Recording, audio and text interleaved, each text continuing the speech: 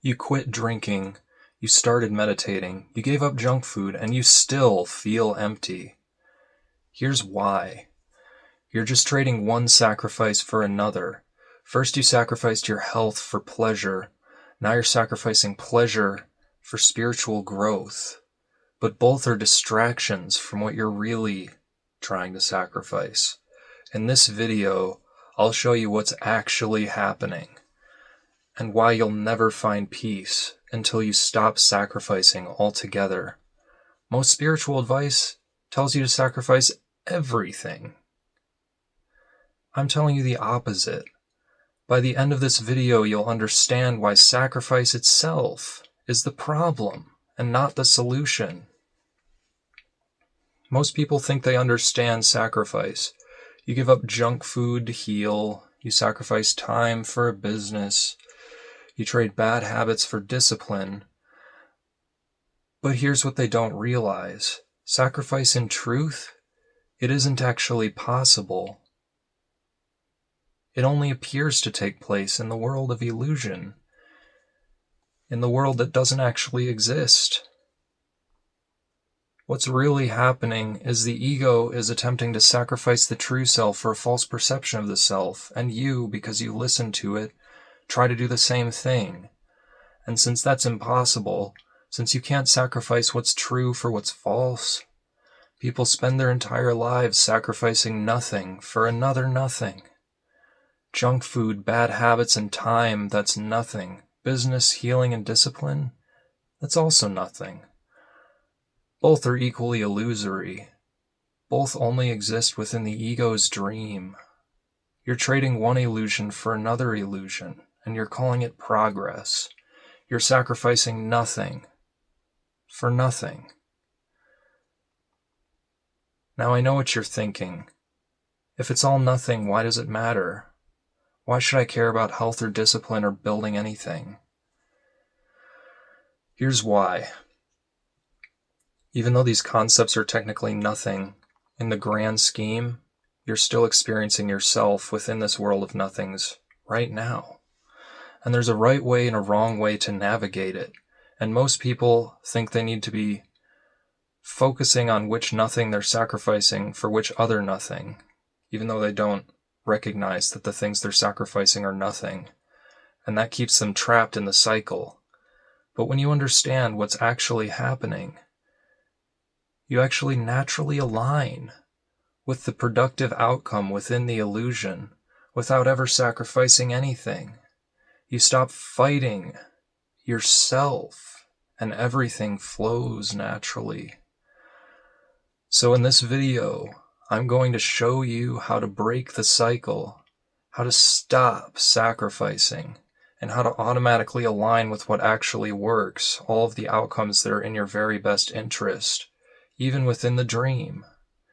But first, we need to understand what you're really trying to sacrifice and why it's impossible, so that you can have all this stuff start to happen for you automatically. So what is it? We've already mentioned it, but what is it really? The truth of what you are, what is that? Well, it's reality itself. You are reality itself. You are one single, infinite, immortal, eternal, and permanently fulfilled consciousness. It has no perception of illusions, no perception of separateness, no perception of struggle or time even. It simply is. It's perfect, and it's whole, and it's complete. But that's not what you're experiencing. Right now you're experiencing yourself as a separate being in a world full of other separate beings. That's the ego. The ego is the entity that perceives itself to be separate. And it doesn't actually even exist in truth, but you perceive it to exist, and you invest in it, and you perceive yourself to be separate. You perceive the way the ego does. Perceive yourself to be surrounded by others struggling to survive instead of one with them. And somewhere deep down you remember what reality actually is.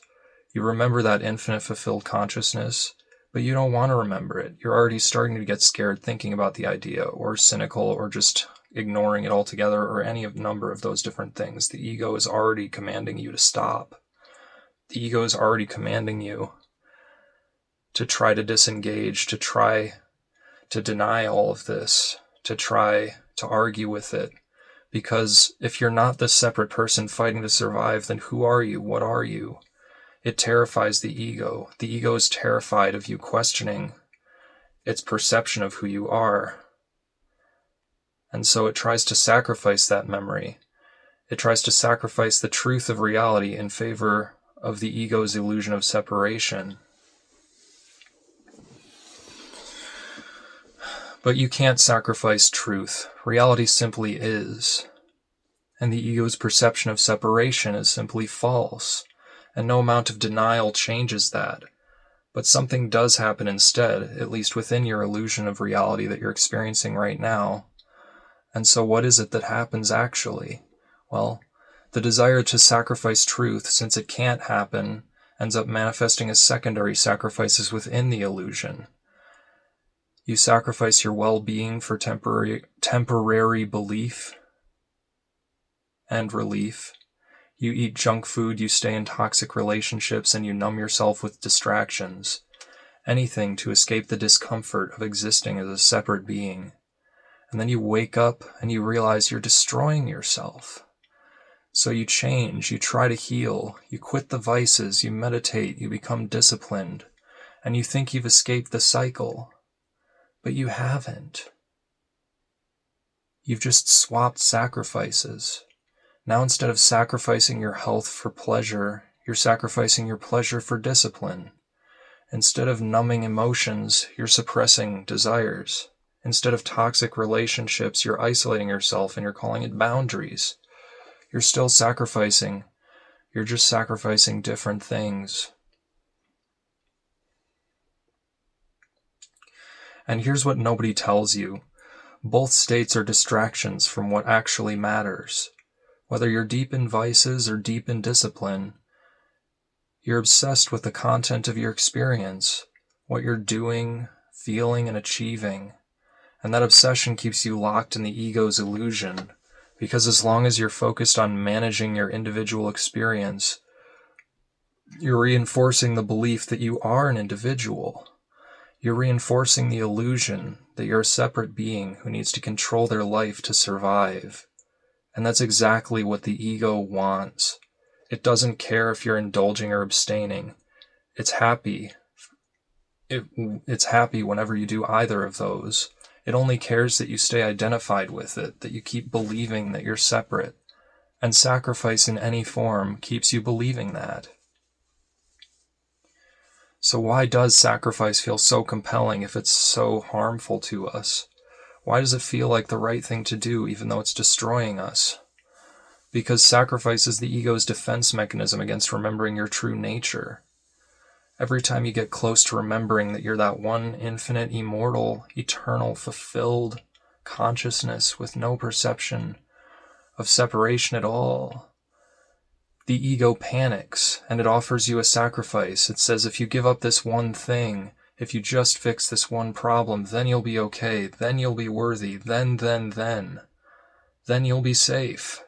But it's a lie. The opposite of all of those things happen.